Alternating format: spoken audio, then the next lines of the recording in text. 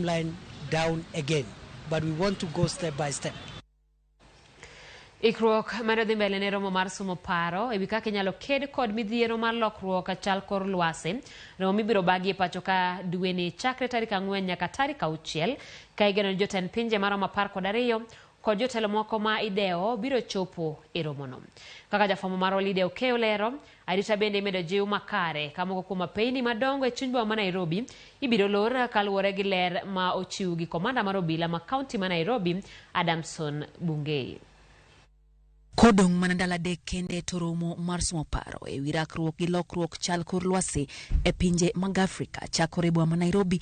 Ikruok medo dhi mbele ka piny owacho medo timo duto manyalore mar neno ni romo no odhi yo makare. We're very proud of this country and more so proud of our president who has really worked hard to make sure that this happens in Kenya among all the many countries we have in Africa. This is a summit that is bringing all the diplomats across the world. This is a summit that is bringing the private sector together with the government to reason together and come out with solutions, permanent solutions that are going to see us address the agenda and the issue of climate change. Komanda mar obila ma kaunti ma Nairobi, Adamson Bungei, okwo oganda modak e boma ma Nairobi mondo mi obed kod horuok e kinde ma piny owacho chano loro moko kuom apeyni mane chuny boma ma Nairobi kaka yor neno ni arita obedo makare. Apeyni go ibiro lor chakre tarik 4 nyaka tarik 6 dweni e kinde ma romono biro bedo kadhi nyime.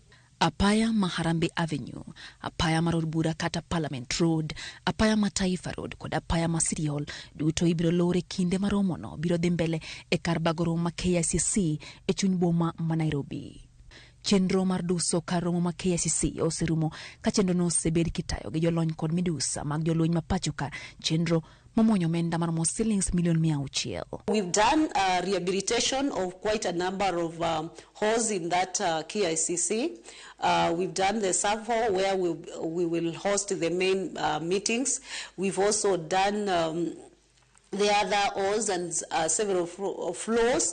We've also done our outside, we've done the parking area, we've done the water fountains, we've done quite a lot. We've done a lot of facelifting of KICC, and if you go to KICC today, it's very transformed. I've put to a tune of 600 million within that short period to actually rehabilitate quite a number of spaces within the KICC. Jatend migao malimbe mapacho ka Penina Malonza onyiso geno mare ni romo makama biro kelo ber e sekta malimbe mapacho ka kendo ywayo jolimbe e thurka. We've already mapped over 60 hotels that are going to host some of the key delegates, and of course we are also preparing all the spaces that we have in Nairobi in terms of hotels, in terms of restaurants, and in terms of Airbnb, because these are the spaces that our people will use. Lamu was picked as one of the top global beautiful village in the world, and if you look at the list of the rest of the beautiful villages there, you realize they're not in Africa. That means actually we have the most beautiful village in Africa. Igeno ni romono ma ibiro yura gi jotend pinje 12 kod jokanyo meho 30 ibiro sumie paro kendo twake yore mag kedo kod midhiero mikelo gi lokruok e chal mar kor lwasi e pinje mag Afrika. Lydia Okeyo, Ramogi TV, Nairobi.